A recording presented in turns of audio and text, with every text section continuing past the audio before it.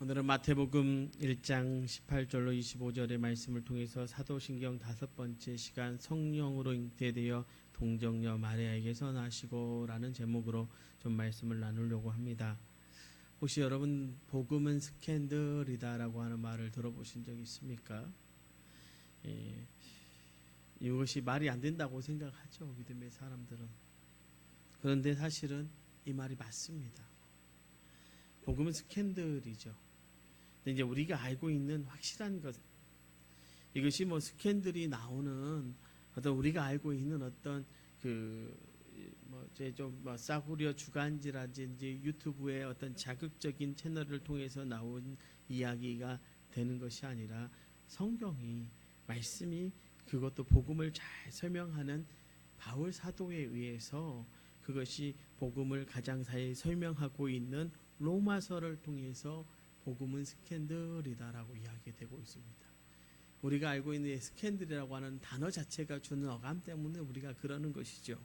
로마서 9장 33절의 말씀을 보면 이렇게 말씀합니다. 기록된 바 보라 내가 걸림돌과 거친 바위를 시온에 두노니 그를 믿는 자는 부끄러움을 당하지 아니하리라 함과 같으니라. 이 말씀은 구약에서 메시아에 대해 가장 강력한 예언을 한 이사야 8장 14절의 말씀을 인용해서 말한 것입니다. 바로 이 말씀 안에 복음은 스캔들이다라고 하는 표현이 나오는데 그것은 바로 거치는 바위다라고 하는 구절입니다. 여기서 이 거치는 이라는 말이 헬라어로 스칸달론이라는 말을 사용하는데 이 말이 영어로는 스캔들인 것입니다. 거치는 바위. 이게 이 거치는이라고 하는 단어가 스칸달론이라고 하는 단어를 쓰고 이것이 바로 영어로 표현할 때는 스캔들이라고 합니다. 그렇습니다. 그런 차원에서 본다면 복음은 스캔들이었습니다. 왜냐하면 복음의 내용은 그것을 듣는 사람들을 시험에 빠지게 하는 것이었습니다. 그렇죠. 인간적으로 상식적으로 받아들일 수 없는 내용이 들어있어 복음을 온전히 받아들이는 데에는 정말 믿음이 필요하기 때문에 그렇습니다. 그래서 때론 참 많은 사람이요 복음을 들었음에도 불구하고 이 거치는 바위 때문에 걸려 넘어져서 결국에는 복음을 받아들이지는 못하는 일이 있었던 것입니다. 이 부분을 가장 많이 고민했던 사람이 누구였을까요? 그 중에 한 사람이 바로 사도 바울이었죠. 그는 헬라의 합리적인 사고의 교육을 받은 데다가 유대교의 율법을 공부한 바리새인이었기 때문에 더더군다나 그렇습니다. 그래서 그가 처음에 예수 그리스도를 믿는 사람들을 잡아 죽이려고 그렇게 난리를 쳤던 것입니다. 바로 그 복음 가운데 있는 스캔들 때문에 그랬던 것입니다. 그래서 그는 로마서 9장에서 하나님의 선택된 백성이라고 자부하던 이스라엘이 이 복음을 받아들이지 못하고 거부한 결과 이것이 이방인에게로 향하게 되었다고 말하고 있습니다. 그러면서 이 모든 것이 하나님의 주권적인 선택임을 강조하는 동시에 로마에 있는 그리스도인들에게 복음 안에 있는 스캔들에 걸려 넘어지지 않기를 강조하고 있는 것입니다. 그리고 이 고백은요, 상식이 아니라 믿음으로 하는 고백이라고 말하는 것입니다. 그렇다면 복음 안에 있는 스캔들이라는 구체적으로 무엇을 말하는 걸까? 바울 사도의 경우 그가 말한 복음 안에 있는 스캔달론이라고 하는 이것은 대부분 십자가입니다. 십자가야말로 복음을 듣는 사람으로 하여금 걸려 넘어지게 하기 좋게 하는 스캔들이었기 때문입니다. 이야기고 소문이죠. 고린도전서 1장 23절에 이렇게 말씀하지 않습니까? 우리는 십자가에 못 박힌 그리스도를 전하니 유대인에게는 꺼리끼는 것이요 이방인에게는 미련한 것이로되. 여러분, 십자가에 못 박힌 그리스도, 특히 유대인에게서는 정말 꺼리끼는 것. 여기서 단어하는 게 스칸달론, 소문. 이는 인간적인 상식과 생각으로는 도저히 받아들일 수 없는 것이요. 바울 사도가 말하는 복음 안에 스칸달론이 또 하나 있습니다. 어쩌면 로마서 9장 33절의 스칸달론은 바로 이것일 수도 있습니다.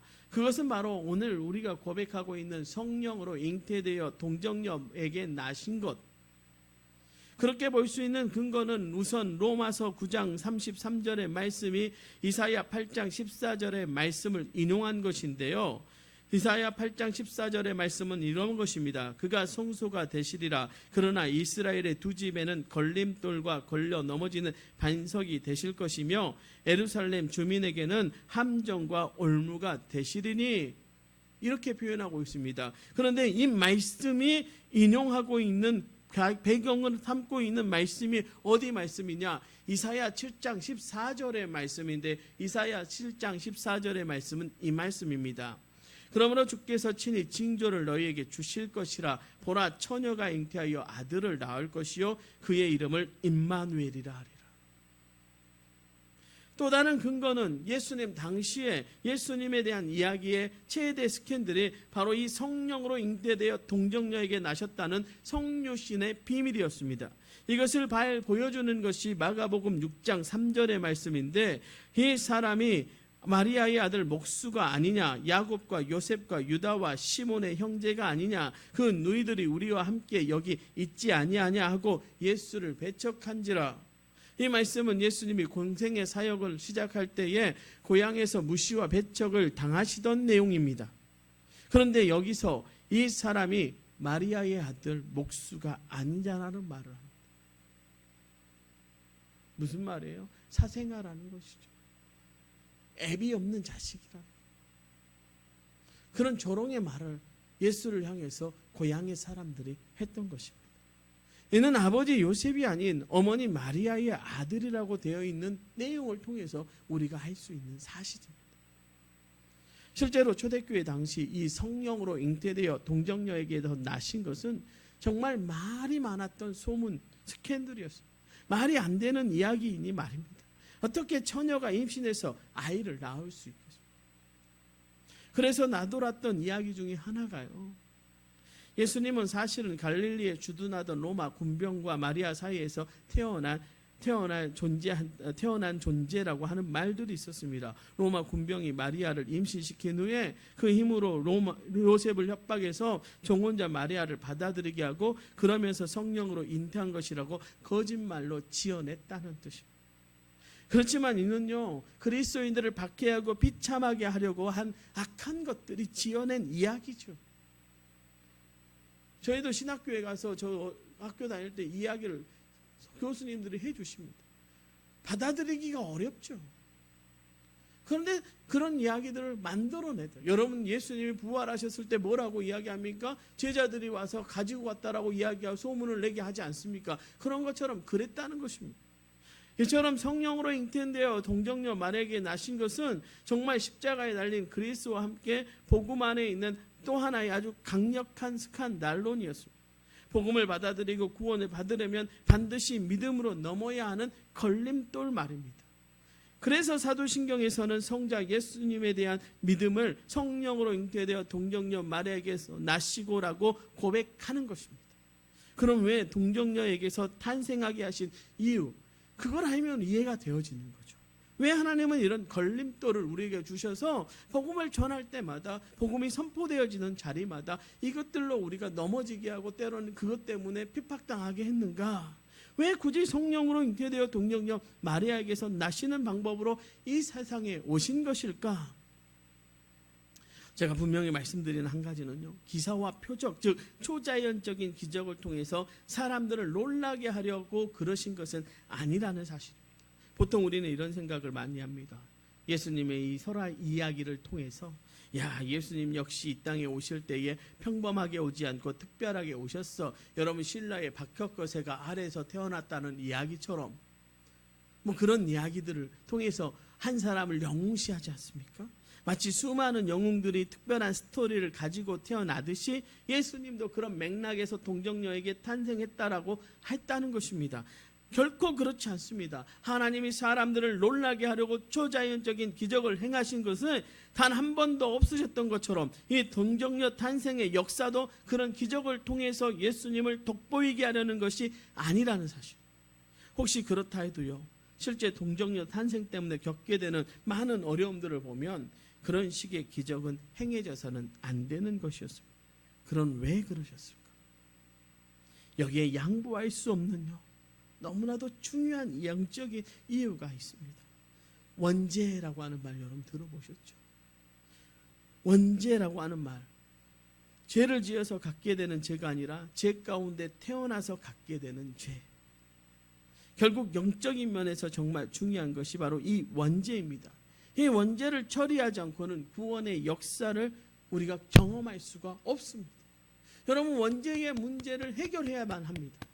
여러분, 성경에 많이 나오는 수없이 많은 죄는요, 크게 자범죄로 이야기를 합니다.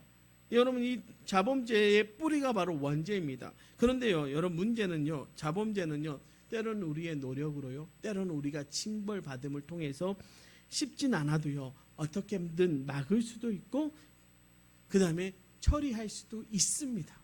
그런데 이 뿌리가 되는 원죄는요, 우리의 노력이나 처벌 등으로 쉽게 처리할 수 있는 문제가 아니라는 것이죠. 마치 유전자처럼 태어나면서 가지고 있는 죄이기에 죽는 것 외에는 처리 방법이 없습니다. 참 고약하게도요, 첫사람인 아담이 죄를 범했습니다. 그렇지 않습니까? 두 번째 사람만 되었어도 범죄하지 않은 첫 번째 사람의 혈통을 찾아가면 그 원죄를 벗어날 길이 있을 텐데, 첫사람 아담이 범죄했기 때문에 그의 후손으로 나오는 모든 사람은요, 태어나는 순간부터 죄의 혈통을 갖게 돼 아담에게 임한 사망의 저주를 가지고 그 심판을 피할 수가 없는 것입니다. 저와 여러분이 왜 문제가 되는 겁니까? 자범죄야 우리가 얼마든지 회개하고 해결할 수 있지만, 원죄의 문제 앞에서는 어느 누구도 그 문제를 해결할 수 있는 사람이 단 한 사람도 이 세상에 없다는 것이 우리가 가지고 있는 영적인 문제의 핵심이라는 거죠.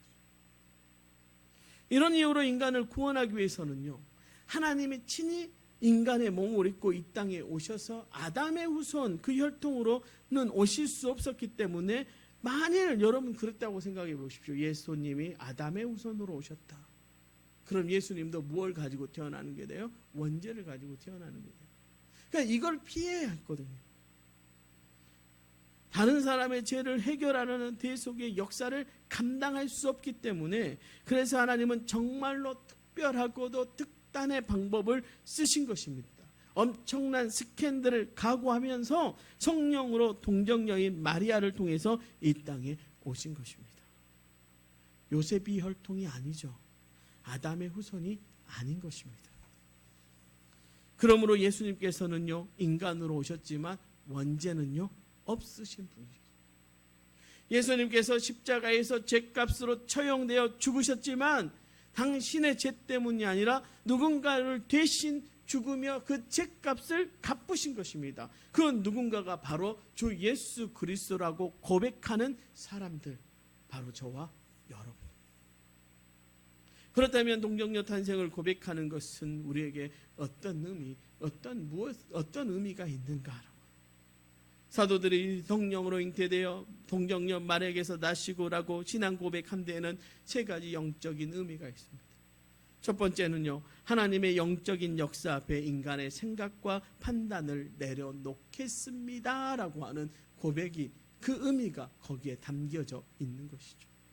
여러분, 남자를 알지 못하는 처녀가 성령으로 임신되어 아들을 낳는 일은요, 여러분, 인간의 상식과 판단으로는 절대로 있을 수 없는 일 아닙니까? 그런데 하나님은 너무나도 중요한 영적인 이유 때문에 그런 초자연적인 방법을 택하셨습니다. 그러므로 성령으로 잉태되어 동정녀 마리아에게서 나시고라는 이 고백은 나의 인간적인 판단과 생각을 하나님의 역사심 앞에 내려놓습니다라고 하는 뜻이 담겨져 있는 것입니다. 여러분요, 믿음은요, 이해가 되지 않는 것을 믿는 것입니다.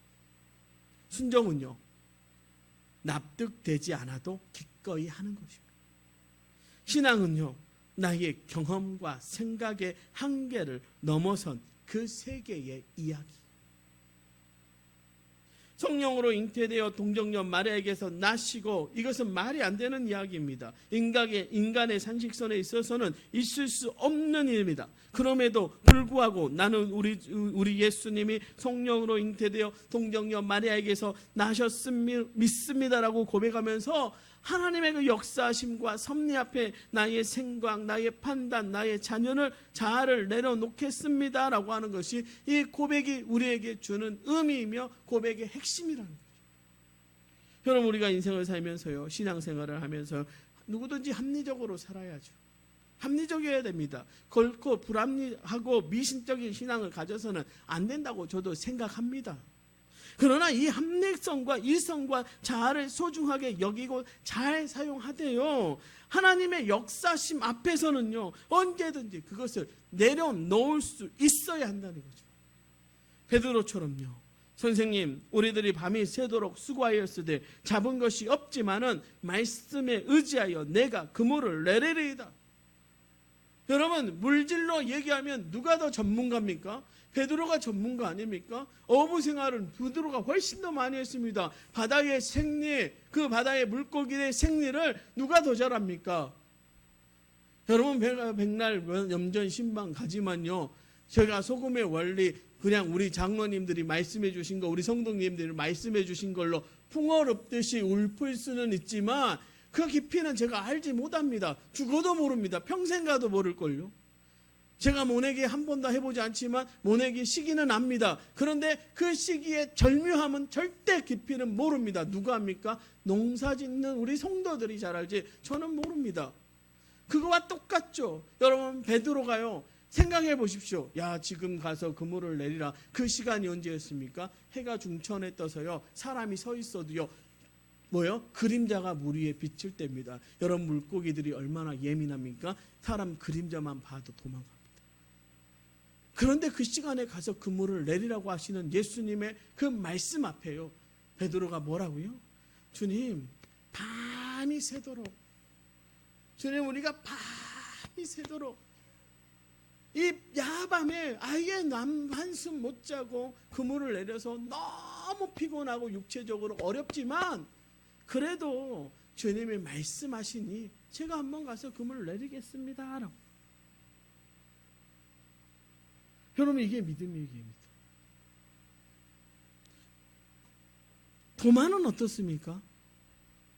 도마는요, 예수님의 십자가에 손을 넣어보고 예수님의 창자국에 손을 넣어보지 않으면 안 믿는다고요.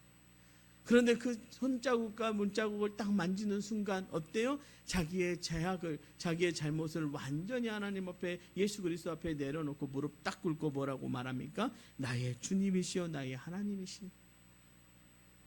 이렇게 고백하는 것, 이것이 바로 사도신경이고 오늘의 제 동정녀 마리아에게 나시고라고 하는 고백의 핵심, 성령으로 잉태되어 동정녀 마리아에게 나시고라는 고백의 핵심입니다. 사랑하는 성도 여러분, 우리는 하나님의 역사하심 앞에 비록 그것이 무엇인지 보이지도 않고 알 수 없지만 기꺼이 여러분의 생각과 판단을 내려놓으시기를 주님의 이름으로 부탁을 드립니다.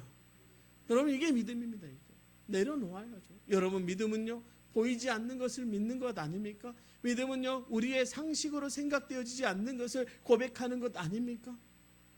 여러분, 성령으로 잉태되어 동정녀 마리아에게서 나시고라고 고백할 때마다 주님, 나는 언제든지 내 뜻과 내 판단과 내 생각과 내 자아를 주님 앞에 내려놓겠습니다 라고 고백하며 그 믿음으로 살아갈 수 있기를 주님의 이름으로 축원합니다. 두 번째는요, 우리는 세상에 있으나 세상의 혈통에 속한 사람이 아닙니다라고 고백합니다. 여러분, 신앙의 사람은 새로운 혈통을 봅니다. 옛사람 아담의 원죄 가운데 태어난 조상의 망령된 유전과 같은 것이 아닌 새로운 혈통, 새로운 역사를 보는 것입니다. 그러면서 믿음으로 고백합니다. 우리가 바로 거기에 속해 있음을 말합니다. 그렇습니다. 우리는 세상에 있으나 세상에 속한 사람이 아니라. 우리는 이 세상 가운데서 하나님이 우리를 구원하시기 위해 새롭게 시작하신 거룩한 혈통에 속한 자들임을 믿으십시오. 여러분은 거룩한 혈통을 가진 자입니다. 어느 목사님의 고백입니다. 어느 목사님이 한 성도님과 상담을 하게 되었답니다. 상담 중에요, 그분 자신의 집안 내력을 말하는데 목사님이 들어도 정말 문제가 많았다는 것. 특별히 그 집안에 몇 대째 이어져 내려오고 있는 음란과 방탕의 영은요, 말 그대로 저주처럼 드리워져 있었다는 것입니다. 예수님을 믿는 그분도 여전히 그것을 벗어나지 못한 채 괴로워하고 있었어요. 구체적으로 어떤 내용인지 저는 잘 모릅니다. 그런데 중요한 것은 이 다음의 이야기입니다. 그 조상의 망령된 유전에 거의 저항을 하고 포기한 상태였는데 그때 목사님이 이렇게 그 성도를 향해서 말씀하셨다. 성도님의 혈통은 바뀌었습니다. 형통님은 그 집안의 혈통이 아니라 예수 그리스도로 시작된 새로운 혈통입니다. 그 음란하고 방탕한 조상은 이제 성도님의 조상이 아닙니다. 그 망령된 유전은 더 이상 성도님에게 해당되지 않습니다. 그 망령된 유정은 더 이상 성도님에게 해당되지 않습니다. 십자가의 능력으로 망령된 유전을 가지고 속이는 악한 것들을 물리쳐 버리십시오. 그리고 나서 안수하며 기도했더니 새로운 혈통인 것을 선포하고 기도했을 때 그 성도님의 마음 가운데 성령의 역사가 일어나면서 그 성도님이 매였던 그것으로부터 자유함을 얻었다는 것입니다. 여러분, 우리의 혈통은 이 세상의 옛것이 아닌 새로운 것임을 믿으십시오. 우리는 세상에 있으나 세상에 속한 자들이 아닙니다. 바로 이 고백을 우리는 성령으로 잉태되어 동정녀 마리아에게서 나시고라고 하는 고백을 하면서 사도들이, 믿음의 사람들이 하고 있는 것입니다. 여러분은 완전한 새로운 혈통입니다. 언제까지 이 육체의 혈통에 매여 사시겠습니까? 여러분은 완전히 새로운 혈통인데 언제까지 세상의 것에 발목 잡혀 사시겠습니까? 이겨버리십시오. 따라하십시오. 나는 예수 그리스도로 새롭게 된 새로운 혈통을 가진 자다. 날마다 선포하십시오. 이제 옛것의 혈통은 나를 휘어잡지 못함을 선포하십시오. 옛 사람의 혈통은 이제 내 혈통이 아님을 선포하십시오. 여러분은 예수 그리스도의 혈통이고 저 하늘의 거룩한 혈통임을 날마다 여러분의 삶 가운데 복되게 선포하실 때마다 여러분은 복된 인생으로 이 땅 가운데 살아가실 줄로 믿습니다. 여러분은 거룩한 혈통입니다. 마지막으로요, 오늘의 이 고백이 우리에게 중요한 이유는 나를 구원하시기 위한 하나님의 사랑의 감격이 거기에 담겨 있기 때문입니다. 여러분, 가톨릭은 이 사도신경의 동정녀 탄생에 관한 고백을 통해서 마리아를 자꾸 돋보이게 하려고 합니다. 그것이 문제가 되는 것이죠. 여러분, 마리아가 동정녀의 몸으로 쓰임받은 것을 위대한 것처럼 말합니다. 아니요. 그러면서 마리아는 계속 동정녀였다는 식으로 조작하기도 합니다. 아니지요. 아닙니다. 여러분, 성령으로 잉태되어 동정녀 마리아에게서 나시고라는 이 신앙의 고백은요, 마리아가 아니라 하나님을 돋보이시게 하는 고백이 되어야 할 줄로 믿습니다. 아니요, 하나님이 돋보이는 고백입니다. 왜냐? 우리를 구원하기 위해서요, 자연의 질서와 세상의 모든 것까지 다 깨버리시는 그 집요하고 치밀하고 강력한 사랑이 바로 이 고백 안에 담겨져 있기 때문에 그렇습니다. 여러분, 하나님이 우리를 얼마나 사랑하시는지 그 아들을 버렸지 않습니까? 여러분, 하나님은 지금도 우리를 구원하기 위해서 파격이 아니라 말도 안 되는 희생까지도 기꺼이 감당하고 계시는 분이십니다. 여러분, 히스기야 한 사람을 구원하기 위해서 헤시게를 어떻게 하세요? 뒤로 10도를 물러나게 하시는 초자연적인 역사를 행하셨던 분이 하나님이십니다. 여러분, 우리 그들을 구원하기 위해서 그들 앞에 놓여진 홍해를, 이스라엘 백성들 앞에 놓여진 홍해를 갈라버리신 분이 하나님 아니십니까? 그들이 목마를 때마다 돌을 쪼개서 여러분 물을 주신 분이 하나님 아니십니까? 여러분, 그들이 배고프다고 외칠 때 만나를 주셨고 메추라기를 주셨던 분이, 여러분, 동풍이 바람이 불어서 메추라기를 몰고 와서 고기를 먹이셨던 분이 하나님 아니십니까? 여러분, 우리를 사랑한다면 우리를 위해서 기꺼이 언제라도 희생할 수 있는 준비가 되신 분이 하나님이십니다. 여러분, 우리 주님 뭐라고 말씀하십니까? 나는 참된 목자라고 말씀하시면서 뭐래요? 양을 위하여 언제든지 내가 죽을 준비가 되어 있다라고 말씀하셨던 분이 우리 예수 그리스도 아니십니까? 그러니 하나님께서 우리를 구원하기 위해서 성령이 육신을 입고 그 하나님의 사랑, 전능자가 아기가 되신 하나님의 그 파격적인 사랑은요, 지금도 예수 그리스도를 주로 고백하는 모든 사람들 가운데 역사하고 계신다는 거예요. 여러분은 그 사랑을 받고 이 땅 가운데 존재하고 있는 존재입니다. 그러니 여러분이 여러분을 스스로 소중히 여겨야 될 이유가 거기에 담겨져 있는 거죠. 여러분, 성령으로 잉태되어 동정녀 마리아에게 나시고라고 하는 고백을 통해서 여러분은 날마다 하나님의 사랑을 아는 겁니다. 야, 그분이 자기의 그 하늘의 권리를 버리고 저 하늘의 권자를 버리고 저 하늘의 보좌를 내려놓고 이 땅에 우리와 동일한 모습으로 오셔서 우리를 구원하셨구나. 그 사랑이 여기에 담겨져 있는 것입니다.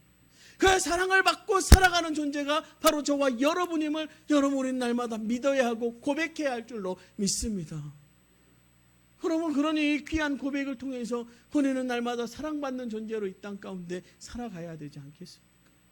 여러분, 이보다 더 행복한 사람들이 어디 있습니까? 그러니 여러분 날마다 행복해야죠. 그러니 나를 여러분 기뻐야죠. 그렇게 나를 사랑하셔서 그 나를 자기 자신을 완전히 버리신 하나님의 사랑이 이 고백 안에 담겨져 있으니 우리는 그 사랑을 받은 존재로서 이 땅 가운데서 날마다 행복함을 누리고 날마다 기쁨을 누리고 때로는 그 복음을 선포하면서 살아가야 되지 않겠습니까? 그것이 우리에게 걸림돌이 아니라 그것이 우리에게 사랑의 증거라고. 사랑하는 성도 여러분, 말씀을 정리합니다. 어쩌면 성령으로 대되어 동정녀 마리아에게서 나시고 라고 하는 이 고백이요, 엄청나게 파격적인 말일 수도 있고 세상 사람들이 말하는 것처럼 스캔들 소문일 수도 있고, 그러나 아니요, 우리는 이 고백을 통해서 우리의 상식을 하나님 앞에 내려놓는 것입니다. 겸손히 하나님 앞에 내려놓으십시오. 여러분, 우리는 이 고백을 통해서 우리가 새로운 혈통임을 깨달아 아는 것입니다. 우리는 이 고백을 통해서 하나님이 우리를 사랑하신다라고 하는 그 사랑을 고백하신 이 한 주간도 그 하나님의 사랑, 그 하나님이 세우신 새로운 혈통으로 믿음으로 승리하는 저와 여러분 되시기를 주님의 이름으로 축원합니다. 기도하겠습니다.